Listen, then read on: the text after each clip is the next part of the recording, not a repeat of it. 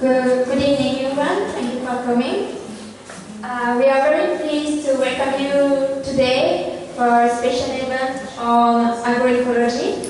As you may already know, Alizia is the Agroecology Learning Alliance in Southeast Asia and Montpellier Film Festival organized together a contest, a short movie contest on youth and agroecology. And then GRED and AFD's, Agence Française pour le Développement, came with the idea of organizing a weekend dedicated to agroecology in order to raise awareness on issues at stake in the Mekong region. And we have been very pleased as a French institute to have been embarked on this journey dedicated to youth and agroecology. So we are very proud to offer to you today an agroecology market and a fair, a knowledge fair, as well as a photo exhibition organized by CIRAD on experiences on conservation agriculture. We are also very pleased to offer you a public conference on the main issues at stake in the Mekong region. And later in the evening, we will have an award ceremony for the short movie contest, followed by the screening of the short movies and a small cocktail offered by IAD. So before leaving the ground to Pierre Ferrand, who is the regional coordinator for Alizia, who will give you more details on the project, I would like to take the opportunity to thank all the market participants and all the people who have allowed this event to take place. And thank you all for coming. Thank you.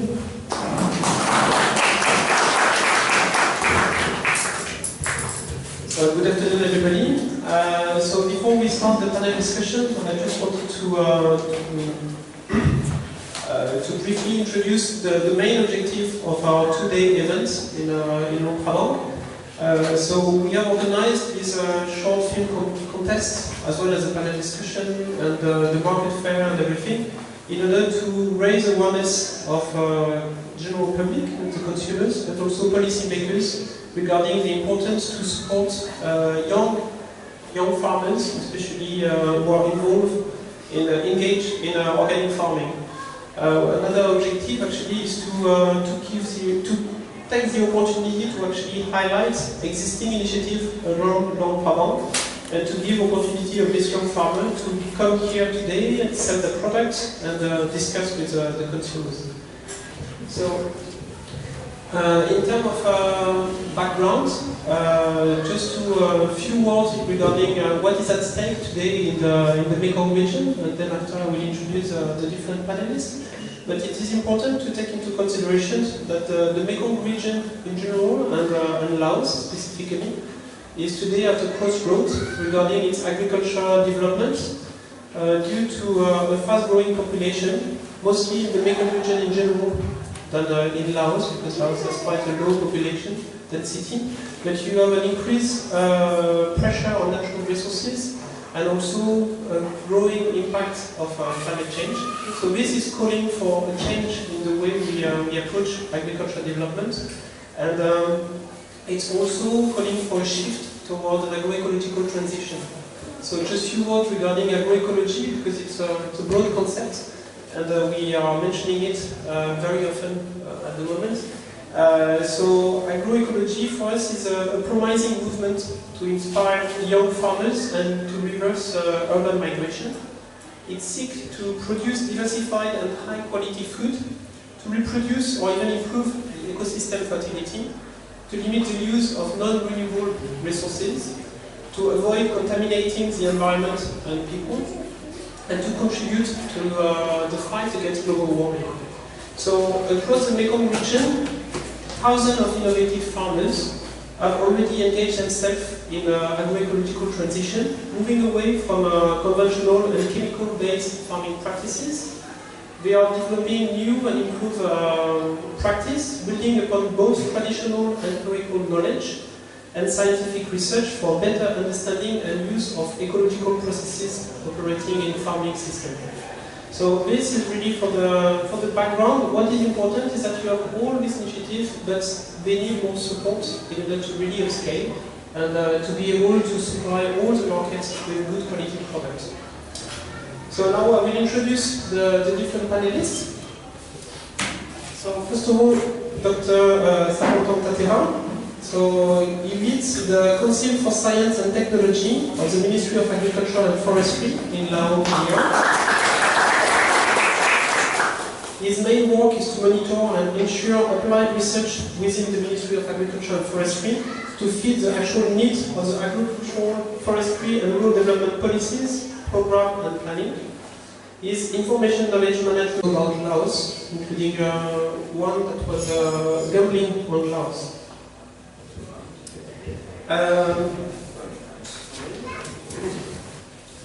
So Ms. Shalmali Bhutan. She's Executive Director on Focus on Global South. She has worked with Focus since 1997, and she has worked in India, in the United States, and mainland Southeast Asia. Her academic background is in the social sciences, with particular emphasis on participatory education and qualitative research. And since 1991, she has been researching and writing about economic development, trade and investment, and ecological and social justice issues in Asia, especially in the Mekong region. Last but not least, Mr. Marut Jacquet. So he's the director of the Thai Education Foundation and the Field Alliance.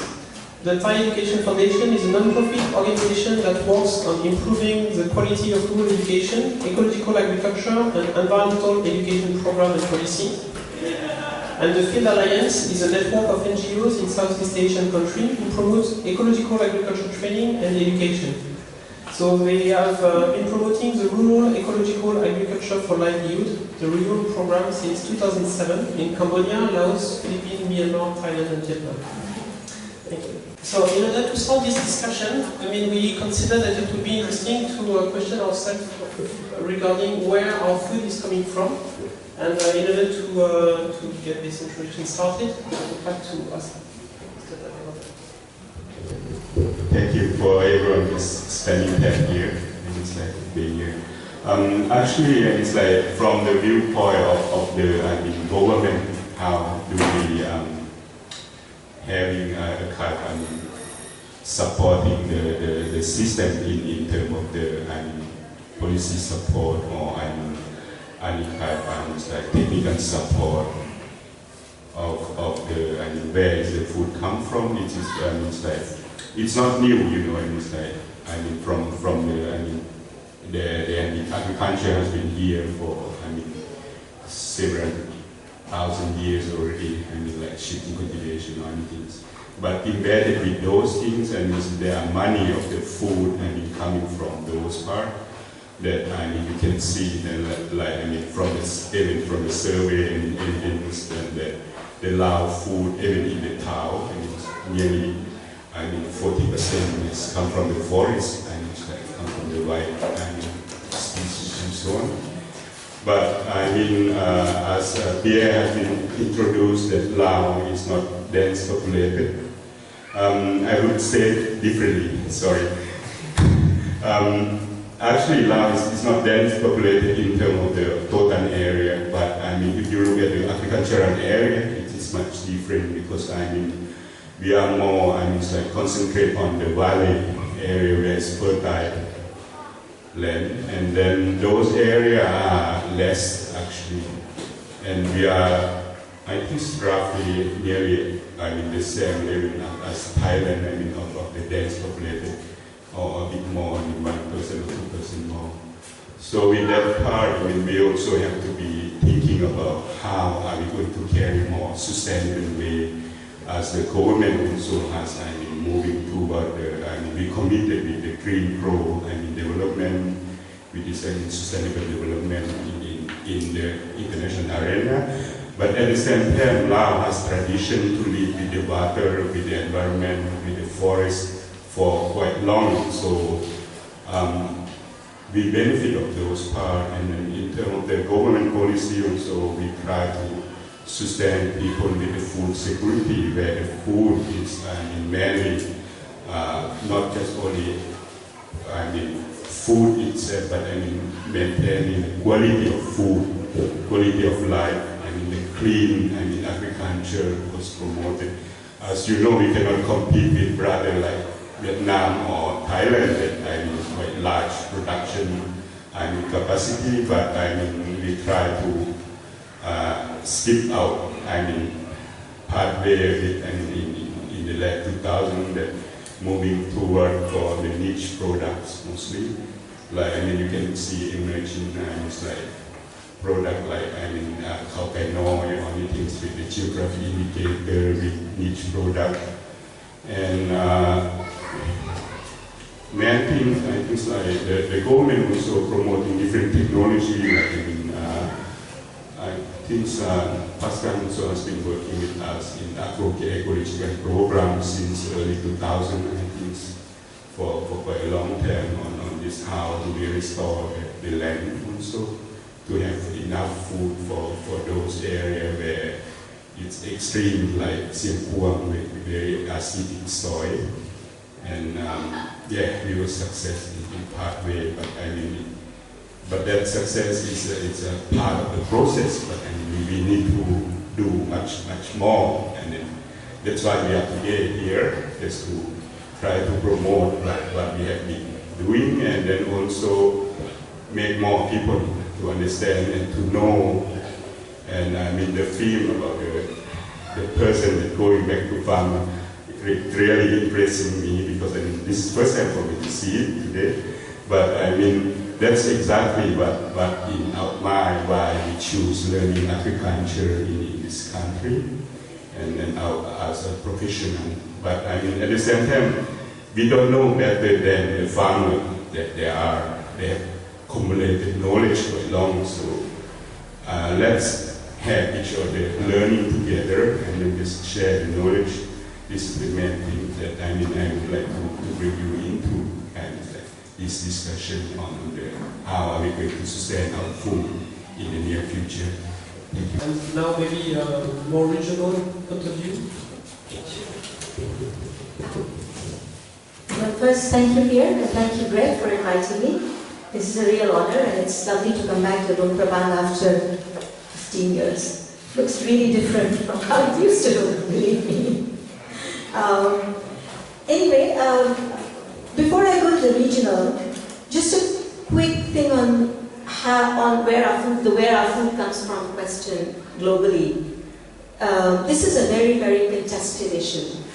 So now increasingly, the Food and Agriculture Organization, but also the Committee for World Food Security, and a lot of on-the-ground action researchers are bringing out the fact that they're saying that 80% of the world's food is actually produced by smallholders and small-scale food producers. Now, who are these smallholders? They are peasants, they're fisher folk, they're herders, pastoralists. In Laos you don't have them, but across Asia we have them.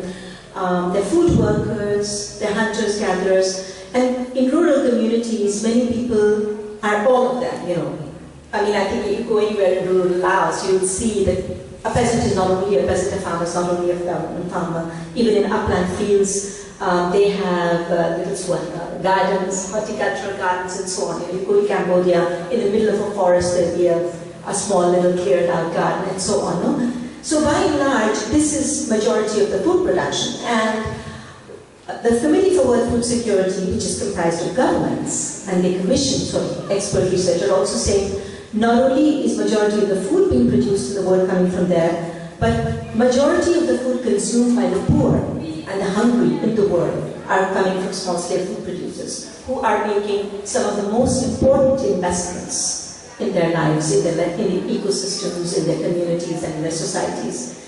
Because rural people live in communities. So when a person farms or fishes, they're not doing it only for themselves. There's a sense of, there's a community spirit and so on. So I won't get all romantic about it, but I'm just saying that this is challenged by research that is financed by agribusiness corporations and big agri-food corporations.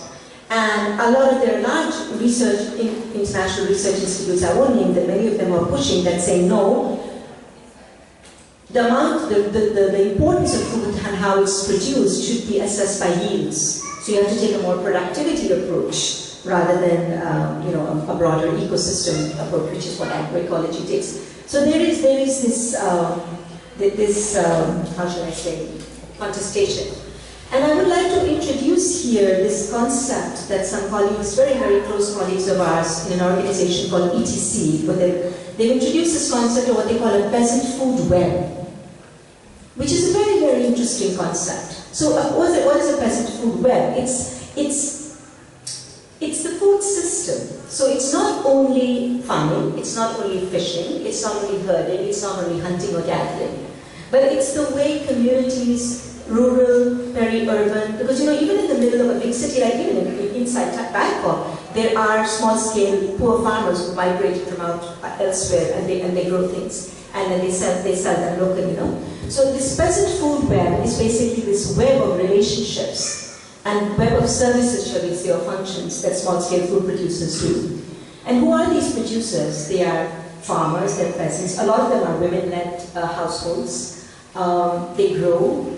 They contribute to preserving the ecosystem, they restore biodiversity, they get food to those who most need it and are hungry and so on. So there is a lot more acceptance now coming of the peasant food webs. And you can Google it and I'm sure you'll find it, or if you want more, what's the word for it, introduction to the organization that's working on this, I'd be happy to share with you. But what's interesting is now there are a lot of policymakers, governments in the Committee for World Food Security and international committees on biodiversity are picking this up.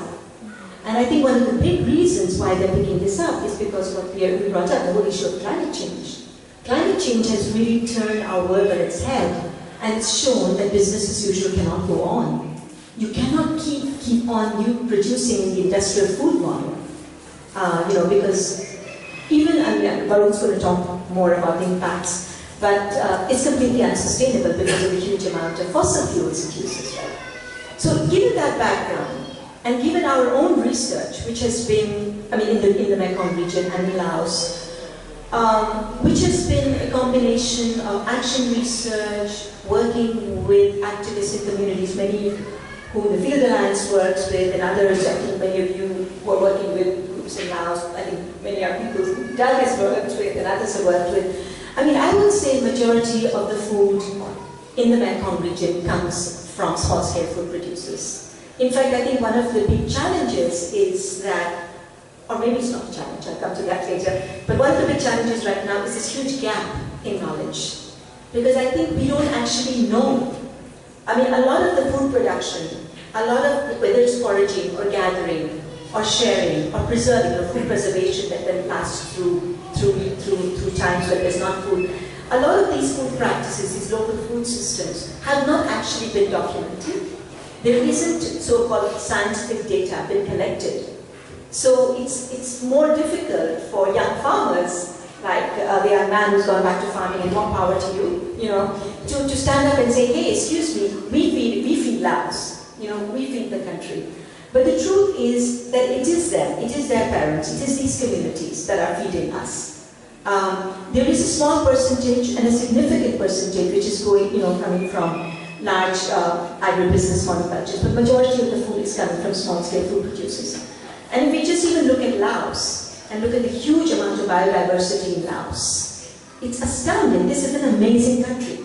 Look at its size, and look at the huge amount of landscape diversity, forest diversity, natural diversity, and agrobiodiversity. Rice, Laos is the second largest contributor to rice varieties.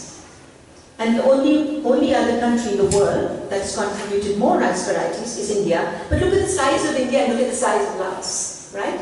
So in this small landmass, the people we see outside, your parents who inspired you to farm, these are the custodians of agrobiodiversity. They've given us how many varieties of rice that we enjoy, right? So I think, I know I'm not really being asked to make a pitch for it, but based on our think I would strongly, and we're trying to do more research on documenting this, is that, majority of the food is coming from small-scale food producers in very, very diverse production forms. Another huge amount of food, of course, is coming from what you already mentioned, foraging, natural resources. But of course, foraging, when a family does it, or a community does it to sustain their community, is quite different from foraging when non-timber forest products or natural forest products are being extracted out for the market. So those are some of the challenges which I think we're going to have another round to discuss these, right? So I'll come back to those. So I'll stop here. Thank you very much. I don't know if our two other panelists want to add anything or... Yeah, I'll take like 2 seconds here. There's a wonderful story about if you go to some of these villages, there's and I think this is true, there's the woman who usually handles the rice, and she carries sort of a belt that has different varieties of rice. And once upon a time, when I did my first film in Laos, we were thinking of doing a film on that particular issue, because it really is very interesting that this is a very small country. But actually, it's not. It's the size. Laos is the size of the UK, but it only has 9 million, 6 million, 7 million, 8 million people. And they've done this incredible thing. They've husbanded the rice through time. So there's all these different varieties of rices. You know, so it's terrific. Thank you very much. So that was a good introduction. And now what would be interesting is to focus more on the impact of, I mean, we should not romanticize too much the farming and conventional farming. I mean, of course, the last decade has led to tremendous transformation in the region. And maybe we could have feedback from you regarding the impact of the conventional model. I mean, the model that is based on the Green Revolution model using a high use of chemicals. So for that, I will first ask Mr. Marus maybe to... First of all, thank you for inviting us here. We also fought the young farmers from Thailand who participated in the exhibition. As Pierre mentioned, that our program, the Rural Ecological Agriculture for Livelihood, has been expanding in this region for numerous years now. And part of the programs address two issues. One is on the pesticide impact on the organic environment, and the other one is on the conservation of agrobiodiversity. Now, what we have found throughout this year that, in general, farmers spray pesticide and herbicide a lot, and now depends on the crops, it depends on where you are, but the issues are pretty much the same across the board in all these 4 or 5 countries. We found that farmers spraying from like 2,000 liters per person per year up to 8,000 liters per person per year, diluted pesticide with water. And the frequency that they spray, again, depends on the crops and where you are. It could range from like 30 days, 30 sessions per year, or up to 200 sessions per year. Now, if we think about, we have a school and a community nearby, the school and community would get sprayed, in some cases over 200 days per year.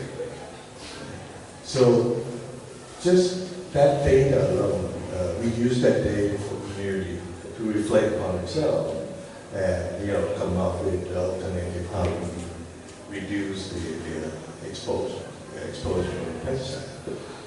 But anyway, we also did a study in 2016 to do the blood test of the school children community, and we found that these schools in the high-risk area were 9 to 10 times as higher residue of pesticide in the blood compared to the normal children in town. But that doesn't mean that children in town doesn't have pesticide residue. They do. We all do. But to a certain level. Our data have shown that farmers, we would expect a farmer would have more residue than us, but it turned out the opposite. They have less residue than the consumer. Because now farmers are getting smart, they hire sprayers, and they grow their own vegetables in the backyard. and sold all the contaminated vegetable to us. So we are getting more residue in farming in general. But we did also looking at the ingredients that go into the school lunch. And we test those ingredients, and we found that more than, on the average, about 50% of the ingredients are contaminated. But in some locations, it's 100% contaminated. This means the schools are buying the vegetable from the local markets, or even supermarket, big name supermarket. We found the contamination in their Q logo or even organic certification products.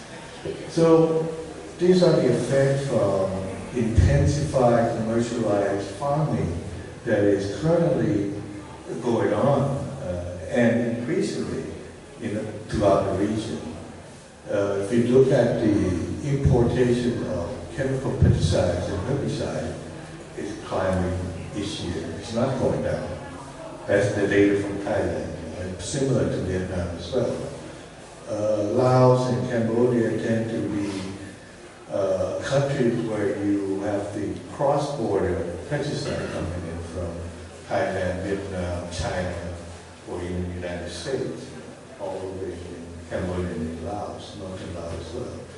So these are some of the challenges that we are going to face if we don't coming back to the way we farms and looking at the biodiversities, looking at the integration farming. We are going to get sick more throughout the region.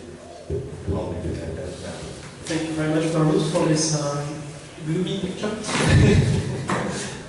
but quite actual. And I'd like to ask Douglas, through all your documentary and filming across the region, also maybe to give some feedback on that. Sure. First of all, thanks for the invite.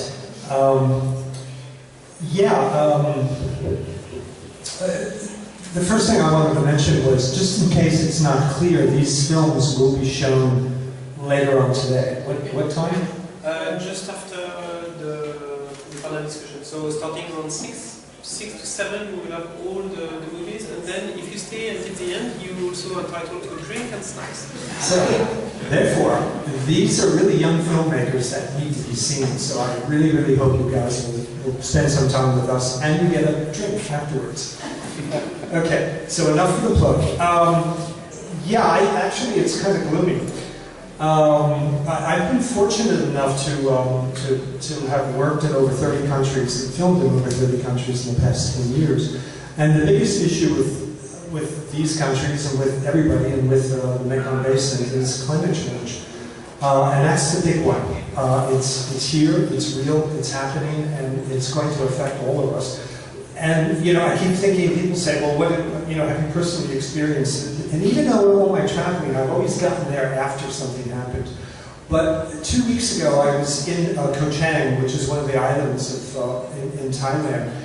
And like the night before I got there, there was a typhoon off of Vietnam. And that night, because of the weather system in the Gulf of Tonkin, there was this incredible wind that hit the island, and this place that I would go to, which was like a guest house in the middle of the jungle wasn't there anymore. It was sheared, the trees were just sheared, and that was my first real experience with climate change. I mean, it was like a bomb blast had come and sheared off these trees. So climate change is happening, and it's here, and we have to deal with it. In particular, in the Mekong Basin, I mean, it's really, you're having more rain quicker, and you're having more droughts that are longer. I mean, I think that's fundamentally the biggest issue that's happening here. And that means lots of things in terms of agriculture and all of these small-scale farmers. Everybody's going to be affected by this. In particular, again, I'm sort of not an expert on this, but I am actually working on a new project that deals with water in the whole Mekong Basin. And it's the accelerated development, is that everybody wants more stuff now, sooner. Everybody, in Laos in particular, in the Mekong countries, you know, there's a lot of poverty here. A lot of the countries, these countries have, you know, had to lift their folks out of poverty into a higher level. And that means making use of the water resources. And that's the big issue that, that the Mekong Basin is facing for the next decades, really, I guess. And the only way to sort of deal with that is to, yes, you're going to need this kind of development, but it's going to have to be a balanced development. It's going to have to be a sustainable development. It's going to have to be a negotiated development, because you've got all of these countries that are actually competing and fighting over the basin, more or less. Not so much fighting, but I mean, we want to do things this way, and over here they want to do things this other way. So everybody's going to really have to work together. If they don't work together, they're going to end up losing the basin. The Mekong Delta itself is the breadbasket of Vietnam. I mean, it feeds, they're now pushing 3 rice yields in a year, and they want more rice. So it's an issue. So if people don't work together, it's going to be a mess, especially with climate change sitting on top of this. And pesticides is a real interesting issue. I was in Chiang Mai once, and this farmer was telling me, oh, they wouldn't feed what they sent to Bangkok to their hogs because of the pesticides. And they do grow their food on another patch that doesn't use herbicides or pesticides. And that's all I have to say. Thank you. It's not more optimist than what Varun said. I don't know if you want to add anything? As I follow the Mekong initiative, I just come back from that meeting yesterday. And then I was like, these things, with the contamination, we was discussing very strong on the upstream using of chemical that uncontrolled, where have a lot of this small farmer impact to the small farmer that would try to do the clean agriculture or organic agriculture, where the cumulative impact is really creating a lot of chronic impact in different mass and what we call production and at the same time there was raised up one issue that the labels shortage of the rural area, that the poor are moving and the scarcity of the label just moving to the city. The movie is really optimistic, but we saw one young man that is moving back to the farm. But in reality, there are many that move to the city. Then with the label scarcity, you have to rely on different technology to survive, to maintain the level of food, like you said, and the level of feed, or harvest can be secured. That part is what we like to stress out. But our job is how are we going to balancing that part to be more sustainability and more clean and toward this agroecology.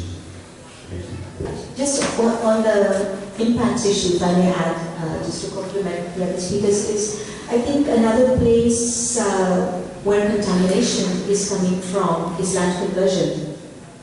Because we're seeing across the Mekong region, because we track investment, especially large-scale investment a lot. So we're seeing an increase in large economic land concessions, forestry concessions, special economic zone. So land, agricultural land, whether it's fallow land, whether it's forest land, or it's grazing land, or wetland, is being converted for all types of purposes. As we were saying, that people want more, and they want to consume it now. So wetlands in Cambodia are being filled in for luxury townships and malls. And, it's amazing how much contamination, chemical contamination comes from construction. No? And then special economic zones are the big GDP, economic growth, mantra, for whatever, the trick that by which countries are going to get more income and so on and so forth. So we're seeing a lot of land being converted to those. And this is a very, very serious issue because what's happening is when you look at investment policy and you look at the ASEAN Economic Community, and the smaller countries in the Mekong are being really pushed, this region are really being pushed to compete with the larger countries because of the Mekong Economic Community and these investment agreements. All the investment agreements have what they call investor rights protection for the large investors. So if the Lao government, for example, wants to stop a project and say, no, this is bad, if once the project's been signed, the investor can sue the government. But then what about all the small-scale farmers? What about all the rural communities who have invested in their ecosystems? What about the people who have invested in their children going to school? I mean, the future generations are an investment, are they not? I mean, I hate to put it in that word, but so we're seeing that this sort of economic growth-driven model of development, there's less and less protection for the kinds of investment that are really going to see us through the crises that are coming in the future, So if small-scale producers, whatever you want to call them, rural communities, parents, children, if their safety and if the safety of our environment is not protected, then if those investments are not protected, but only those of large-scale investors are protected, how are we going to actually deal with the crisis that's going to come in the future? Let me, I'll take my 2 cents and throw it right in. So, which, is a really wonderful segue into what Mr. Ken is doing on his farm. Why did he go back to his farm? And, that's sort of a trend that's happening all over the world. Again, 6 months ago, I was in Morocco, and we were looking at the Moroccan Mr. Ken. It's a country that, again, it's going to be hard hit by climate change. The government actually has realizes this and has decided to invest in its young or its younger generation to make use of what land they have. So they're encouraging the young to go back and use it and work the land, and they are supporting them with new technology, money, land rights, making sure they have title to the land. Also integrated markets, using the internet to sell your honey to Europe, of all things. And this is working out very, very well for these guys so far. And and clearly that's Mr. Ken needs support from the Lao government, or the 1,000 more Mr. Kens need to be generated so that these younger generation have. And it's the other issue that, that's our mothers and fathers and grandfathers used to do that. Who wants to be a farmer? Well, it's pretty cool to be a farmer because the technology is so sophisticated and so interesting to market. I actually was talking to Mr. Ken, and he majored in marketing. So he's not really a farmer, he's a marketing. And to a certain extent, that's kind of what you have to be. You have to be an entrepreneur. I agree that modern technology and modern way of communication also are somehow pushing for innovation and everything. I mean, Mr. Ken earlier was with his smartphone, Facebook Live, just going around the market in order to show to all his followers on Facebook what was happening in the market, promoting also other young organic farmers. So with all this new way of communicating, it's a way forward also, and some sort of hope to develop this. And which brings me to the next point, actually, that we had a very pessimistic picture of the impacts of farming in the region, but there are also hundreds or even thousands of alternative initiatives, and with people that are fully engaged in organic farming and really believing in what we are doing. And I'd like maybe to ask, maybe Marut, because you are, with the Rio program, actually you support alternative ways of farming, so maybe to share a bit of your experience.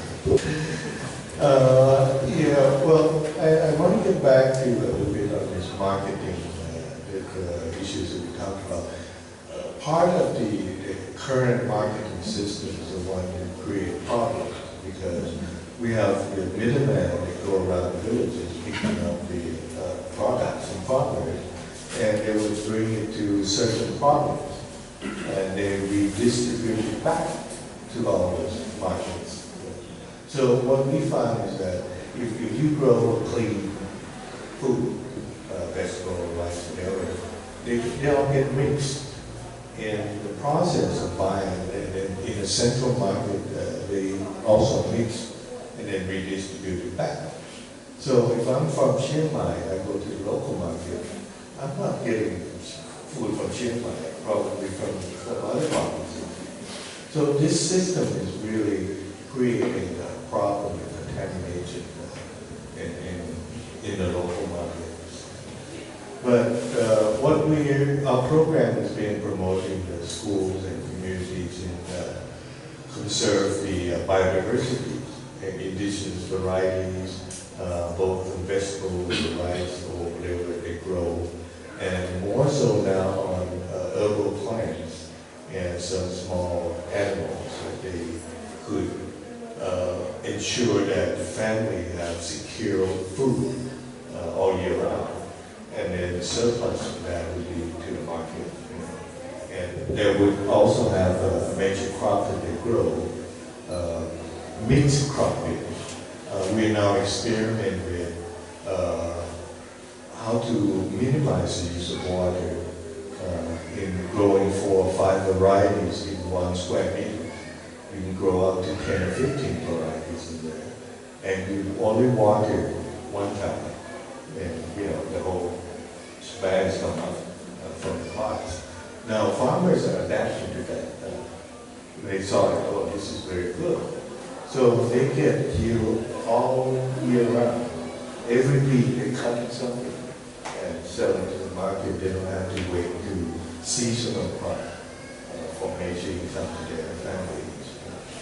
But when I talk about a little bit on the school program, school lunch program, we're now doing action research to have community produce clean food for the school. And that is challenge. In some communities, they don't have any farmer that grow clean food. Everybody's spraying. But we have the data that your children has this pesticide recipe. What do we do? So now the farmers themselves, that they have to come up with the land that they can grow together and supply them to school. We're also training schools how to grow clean products for their lunch.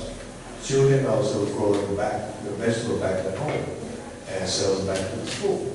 So these are being tried out in Thailand, but in other countries we still have no option. I mean, there's no school lunch in other countries, but there's a need for direct marketing, as the people use a lot in Thailand now. They're using Facebook and whatnot. You order things online directly to the farmers, and they present themselves that they're growing this organic or clean food, and you get really good orders from doing that. More people are now buying things online than going out in the market. As one of the programs that I also brought with me, Young Smart Farmers from Thailand, this is government-sponsored program. They promote the young farmers to come back to farming, and they provide training. We'll talk about that later, but they provide training and they provide a platform at the upscale market for this group. So their products are pretty much higher quality than others, and they get better price. So it gives them, I would say, more than sufficient income to live on farming. And I think that's very important if we're going to draw the young farmer back to farming. They have to have adequate income. Otherwise, you're going to be fighting against the income from the city. But when you say adequate or sufficient income, you can't really compete with people who work in the city. But when you live on a farm, you don't have to buy food. Then you'll be okay. The whole family have to year-round food to eat, and also to sell to the market at a higher price. And that's what we found so far with this group of young farmers that I've been going out and interviewed them.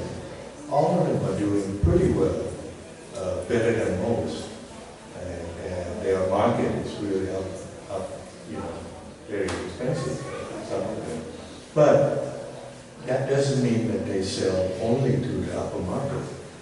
They have a product for the local market, supermarket, and the upper market. So they're pretty smart in terms of looking at the marketing system.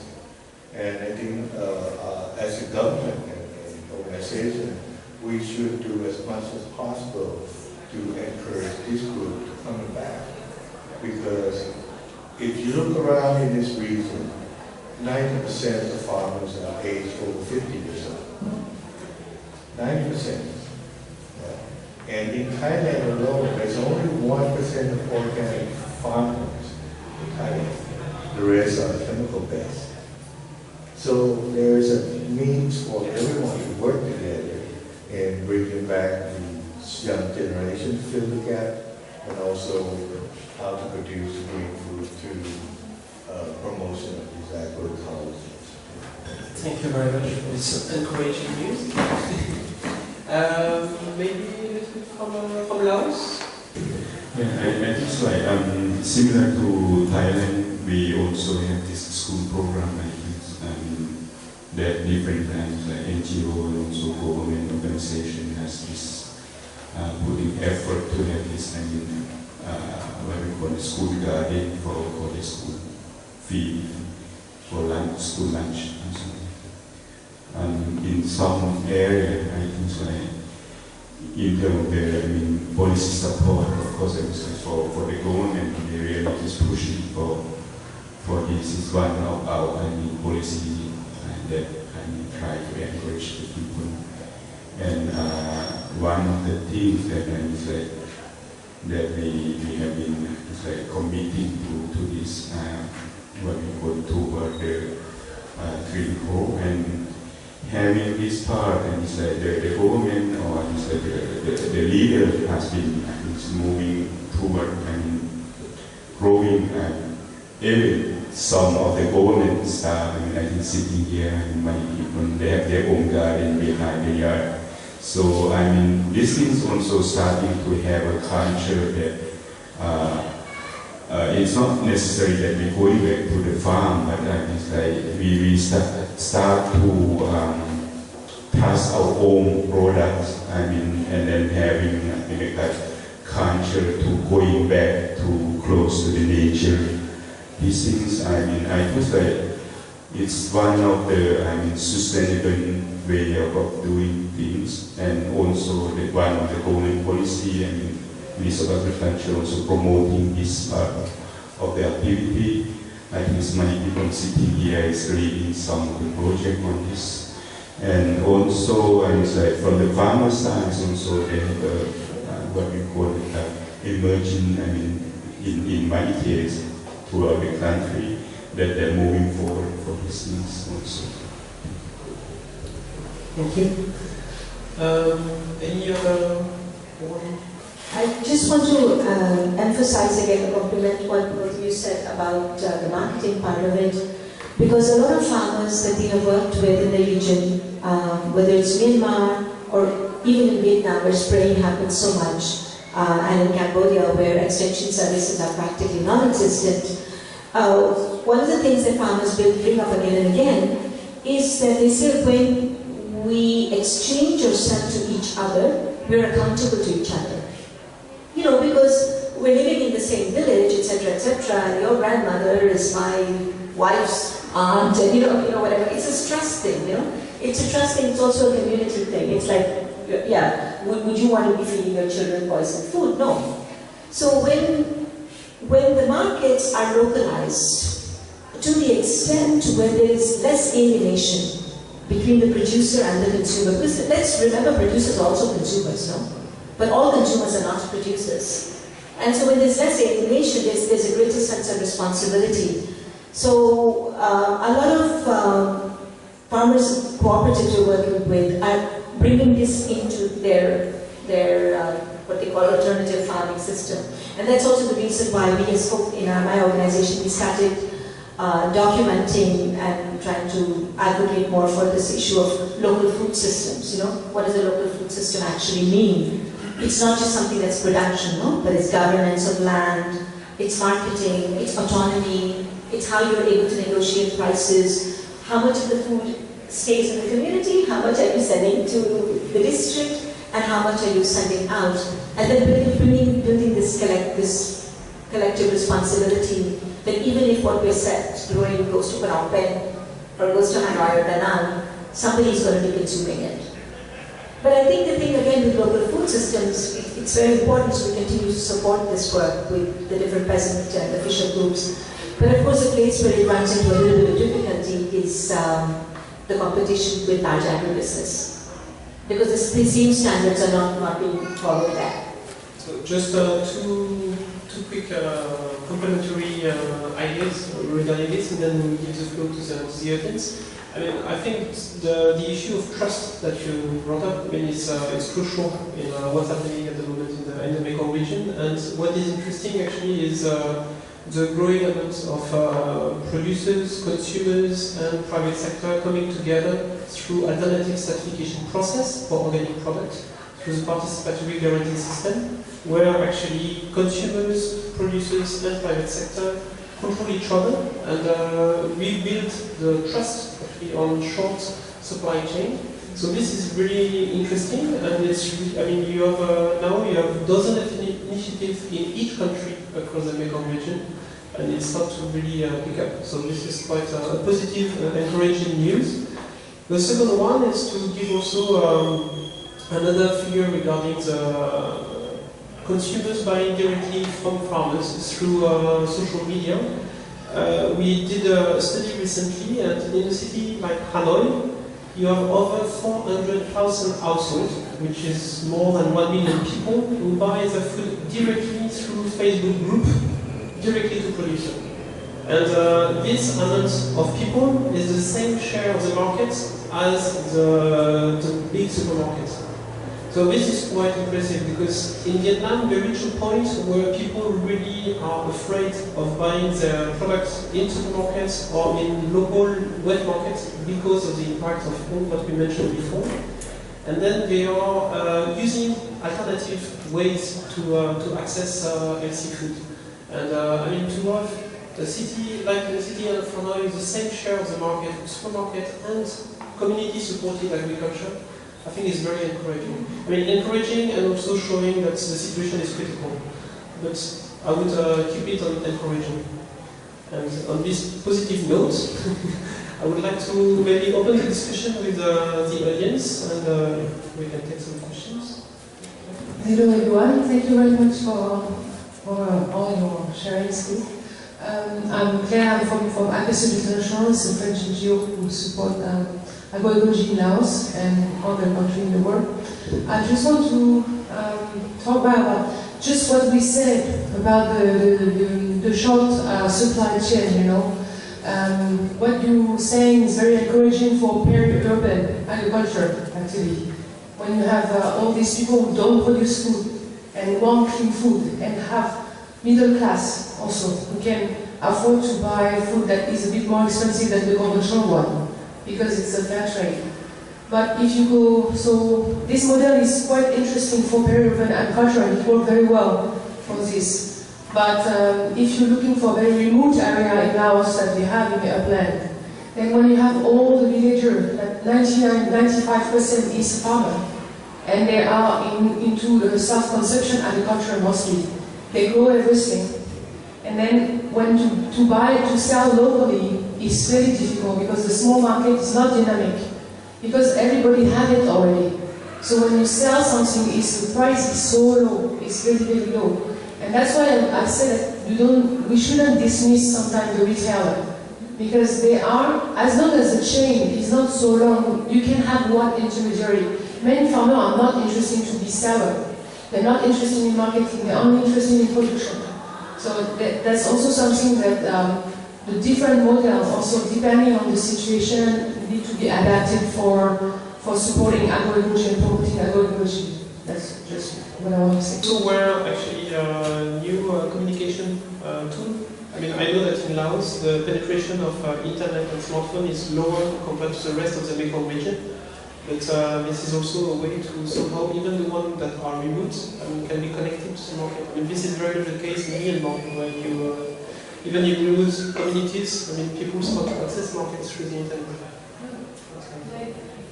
Like, I'm talking about a very concrete area. I'm talking about Yenhan district that is here in Nongpatan province. And many of the village we work with, they don't have even access to the telephone, or if they do, it's 2G, it's not 3G, they don't have access to the internet anyway. Also, they don't have a smartphone. Many of the farmers we work with are getting old, and that's an issue. I can see that the average age of the farmer working with us in the project is 40 years old. I don't know what, there is young farmer, but they're not interested. It's mostly the old that are interested to do something new and to innovate.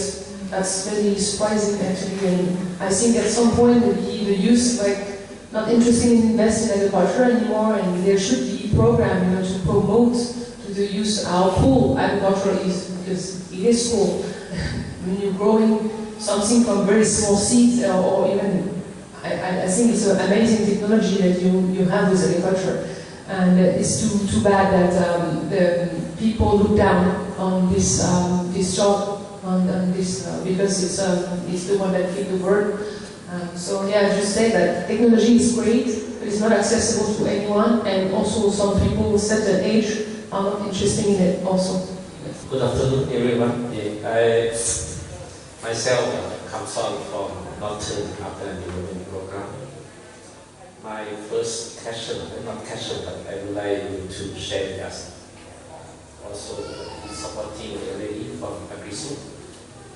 Because in Laos, we have very high cost for transportation. And from your experience in the other country, I know that in Thailand, some remote area also very difficult also to access to the market. And how you overcome these issues of your experience when you have very high cost of logistics. And second question that according to the World Bank report, we know on that's the productivity in our sector, in agriculture sector, is quite low in our year. And then come particularly in the labor efficiency very low. And that's why one of the main reasons that, stimulate the farmer to use the herbicide or pesticide because of the labor cost. And how is you can share your experience how to overcome this. Of course, we do have some agroecology to address that issues, and also with the cropping and with the high value. From my discussion with the people here, and also my question to the Lao Junior, because they have the training center also.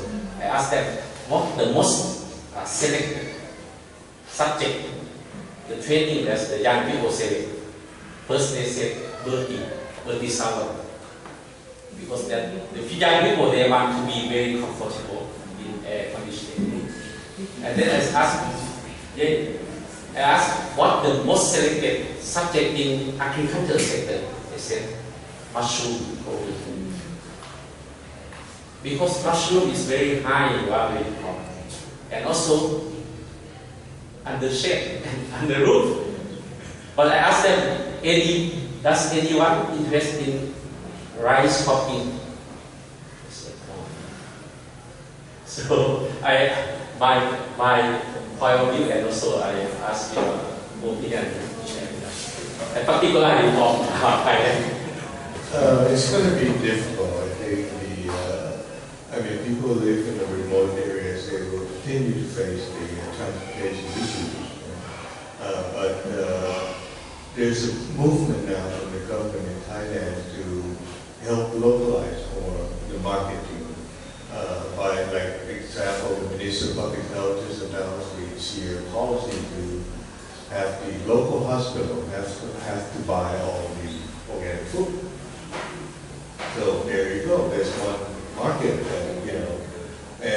with this our project that we're working with the school, if it's getting accepted into the policy, then all the school will have to buy organic food, which means that the school will be a huge market for farmers, because if you have 500, 600 children eating every day, it's not only vegetable and fruit, the meat, the eggs, and the fish, the pork, everything. But who's going to produce that? That's our problem. We don't have anyone to produce all the clean food. And I would encourage all these countries to buy these inexpensive test kits to check the residues in the market often. That will help create awareness among the farmers and consumers that you have whether the food is clean or not. What we found, not only contamination of pesticide, but a lot of meat products now have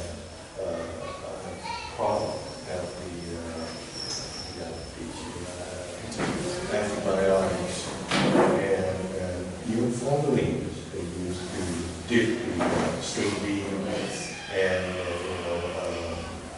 all the post-harvest chemicals are being used a lot more in the food products. So what we're doing in our project is we equip our school with this test kit to test their lots, periodically, and send information back to the community to see what's happening. And I think this will help improve the situation for the market. But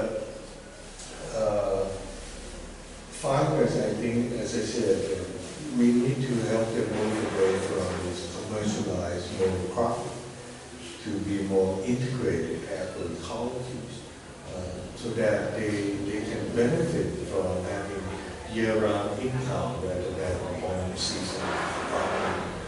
Otherwise, they're going to spray a lot to make sure that they're not going to fail for this season.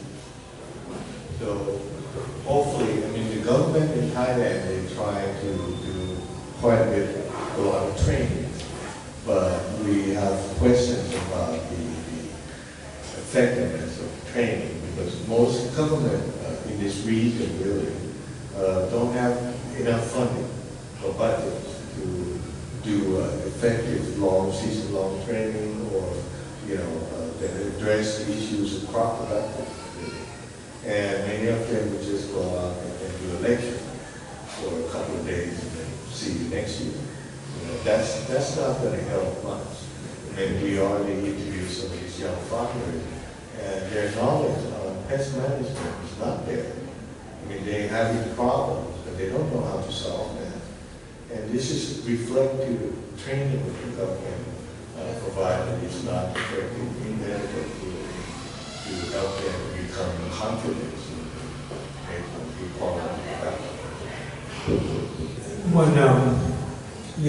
that's really very interesting, because you can actually talk to Mr. Kim. He was asked him how he was handling his pests, and he came up with some interesting answers. But he was also being helped by the Lao government, because he didn't have a phone number to call to ask questions, so he knew where they were. I would just throw out a question. I don't know, but how come all these pesticides are being allowed into the Mekong Basin countries? Aren't there rules and regulations and enforcements, you guys? Why is this so?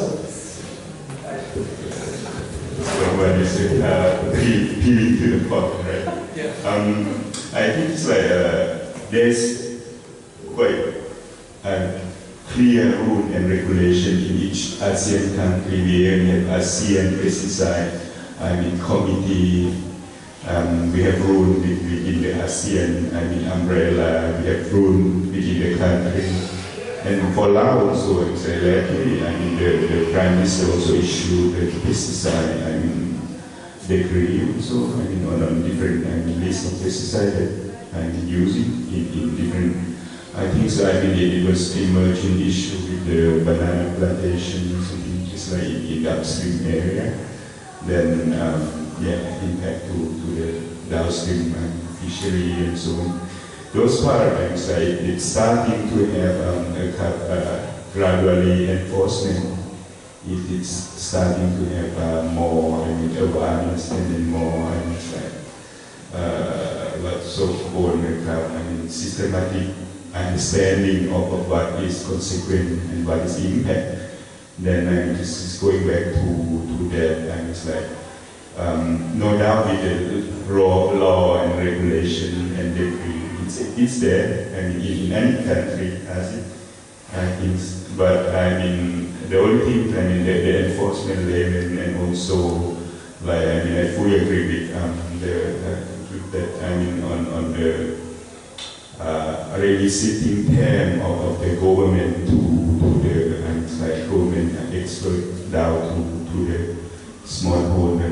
I think the limiting number of the personnel and also capacity, also knowledge transfer capacity precisely, and also there is not much subject matter specialists. We have to go back to the education sector also, and with the subject matter specialists, and you can do many things, but there are so many generalists agriculture that has been trained, but not the subject matter. Those part also has to be emphasized on.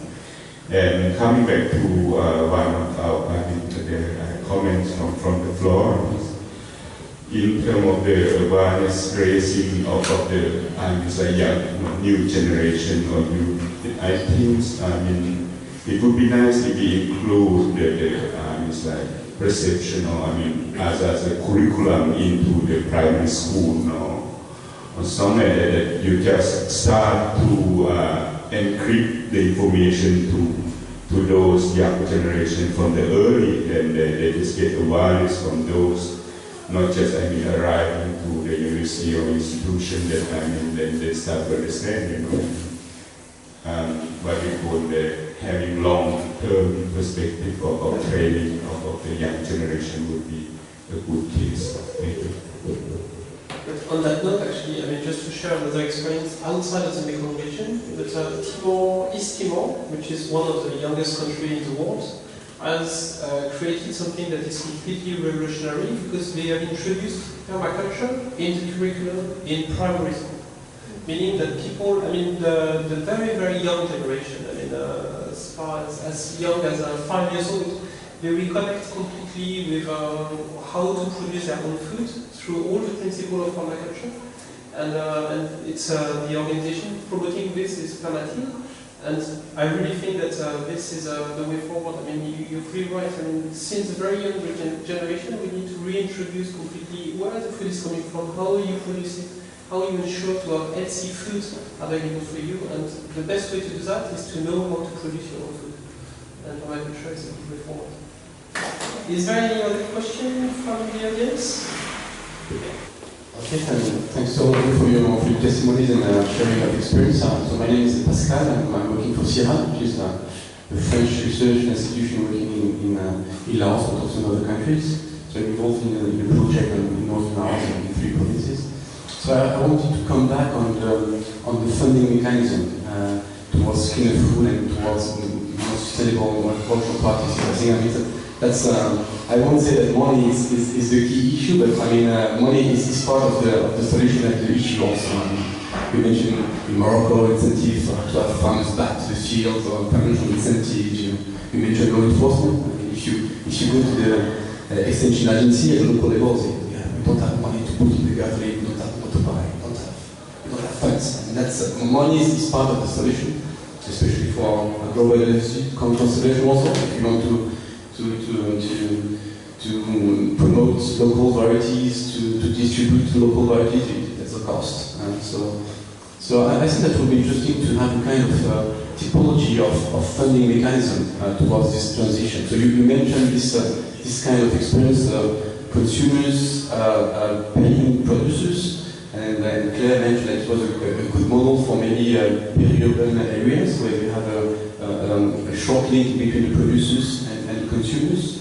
I wanted also maybe to share an experience that, Safran company, in terms of what we call public-private partnership, you have some private sector that are committed and engaged to try to develop good practices and to support good practices. Safran has been coming for the last decade trying to promote organic shady coffee and proposing to farmers good price for coffee partner. So it's stable price, not cheap price.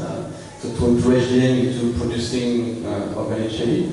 I think that would be interesting to have other funding mechanisms. We tried this in 2009, this conservation agriculture development fund in Sayaburi, based on a tax on the maize that was exported to Thailand.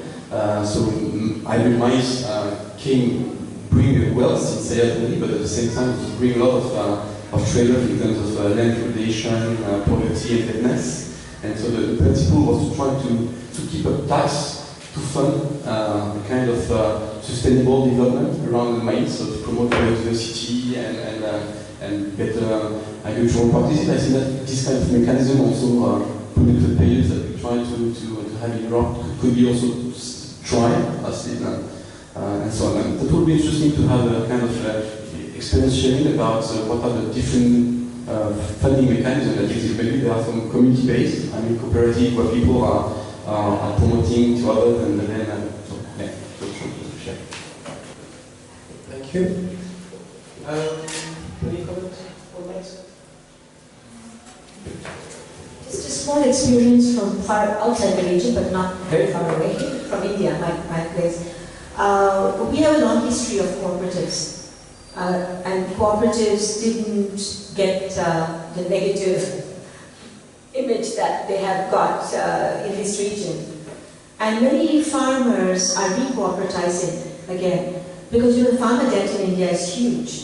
And a big reason for farmer debt and farmer suicide is the Green Revolution. And, so one of the things that started off about 10 years ago has been spreading like wildfire, but that's really, the impulse for that is debt. Is that farmers have in my own state and the neighboring state, this thing called zero budget natural farming, which is agroecology, but land-based agroecology of the soil, etc. And it starts with regenerating soil and so on. But the big impulse for that was debt and farmer suicide. And the fact that the government, after it went through structural adjustments and went into neoliberal reform, started taking away agri supports for the small-scale farmers. And I think this is where it becomes a tricky issue. I think this issue of financing is a very important issue because, in many countries, when the old-fashioned, but I think still a very relevant belief is that at some point, the state must take responsibility for certain costs and certain expenses. Public health, safety, support for food production, education. These are natural monopolies. These are not things that can be put in the market just to be sold so that the rich in Bangkok can eat boutique food, or the rich in Bombay or rich in Hanoi, or rich in Vientiane for that matter. I'm sure there are very wealthy people in Vientiane who eat boutique crops. So I might sound very, very old-fashioned, but I think it's an interesting thing that we can dialogue with the governments to say, how do you get the budgetary support for these certain very, very important things, which have to be looked after by the nation as a collective, It's a broader society. What does it mean to be Indian, for example? This is one of the things that the farmers have been asking. And because this natural budget farming, zero budget natural farming, and the cooperatives have gotten so successful, now 2 state governments have actually adopted those. And it's become a big fight with the World Bank, because the World Bank is saying they're not going to give them loans at that level, and then the states are saying, but that's fine, we don't need your loans, But it's become a big fight, because now the people are clamoring for this, and they're saying no more suicides, no more contaminated food and no more debt.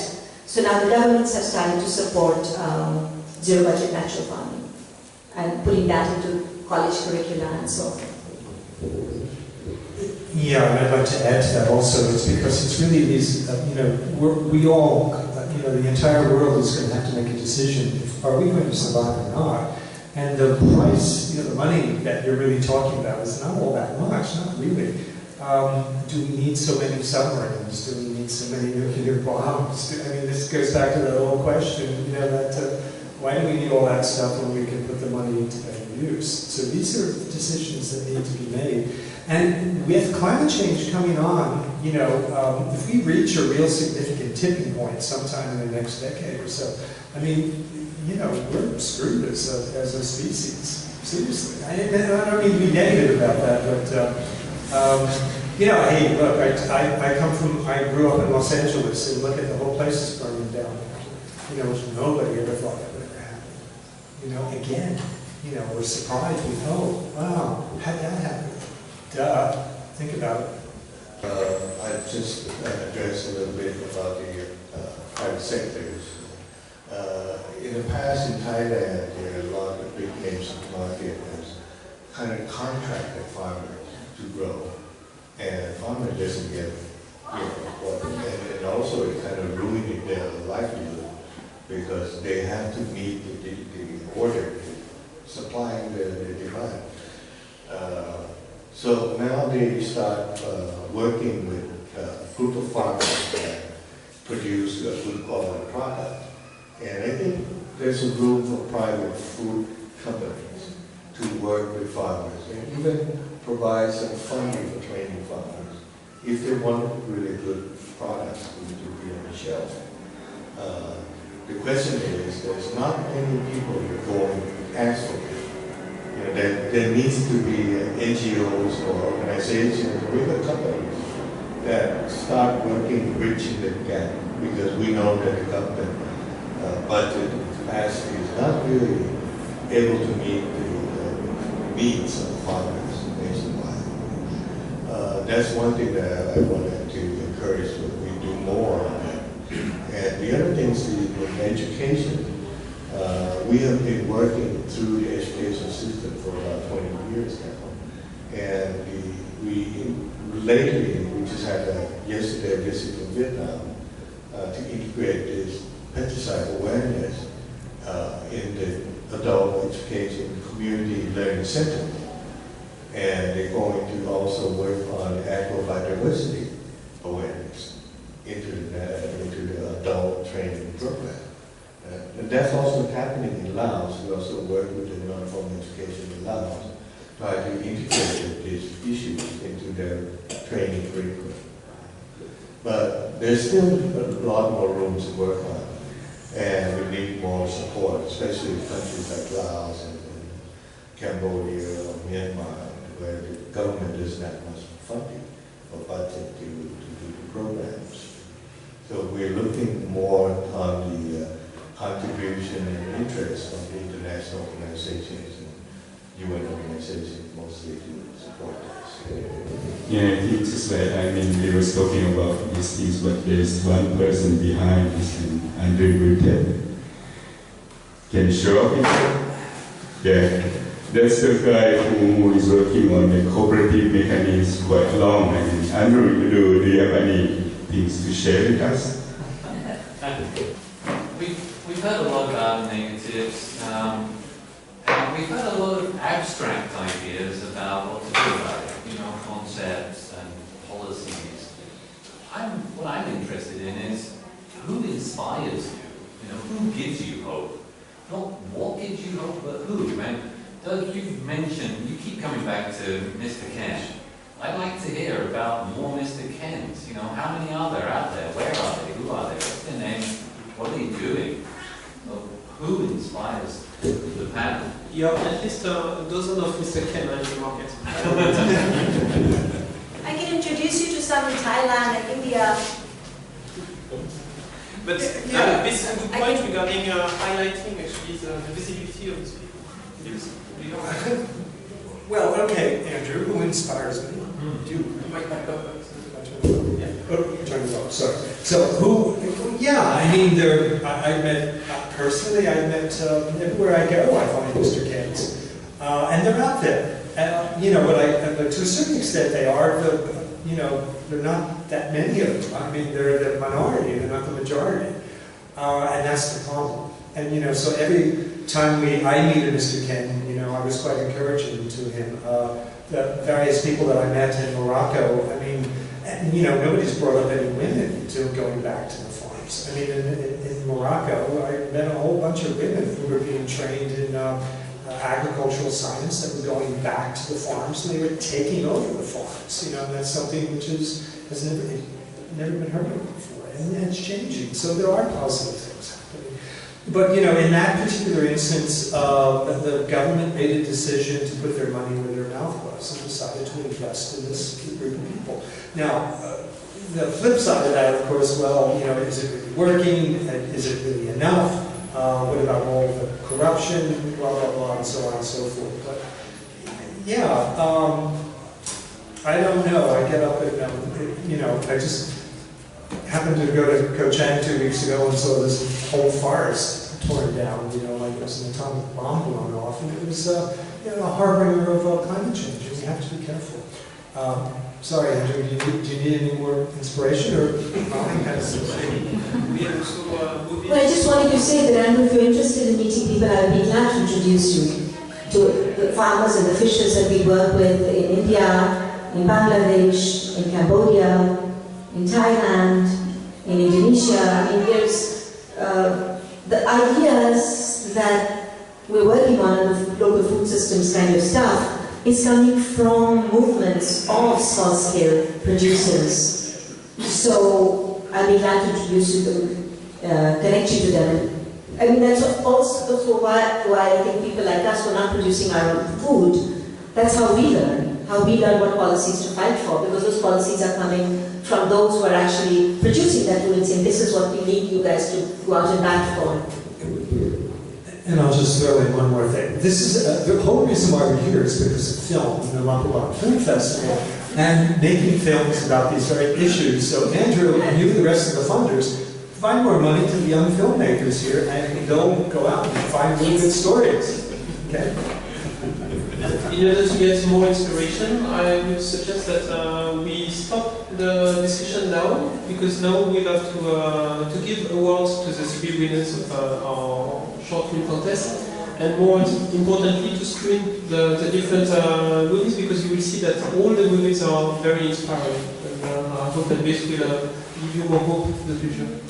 So thank you very much for coming, and I hope you will stay a bit longer with us for the rest of the event. And thank you, the 4 of you, actually, for all your contribution and for coming for this special day. Thank you.